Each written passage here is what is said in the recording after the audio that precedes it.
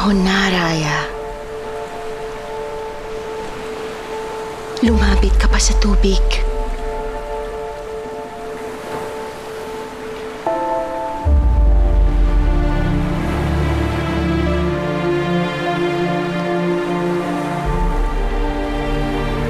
Ipikit mo ang iyong mga mata.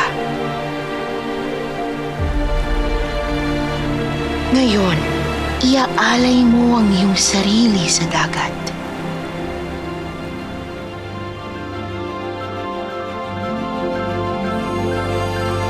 Ngayong sumapit ka na sa iyong tamang kahinugan at sa unang pagsayad ng tubig dagat sa iyong katawan, magaganap ang tunay mong pagpapalit anyo.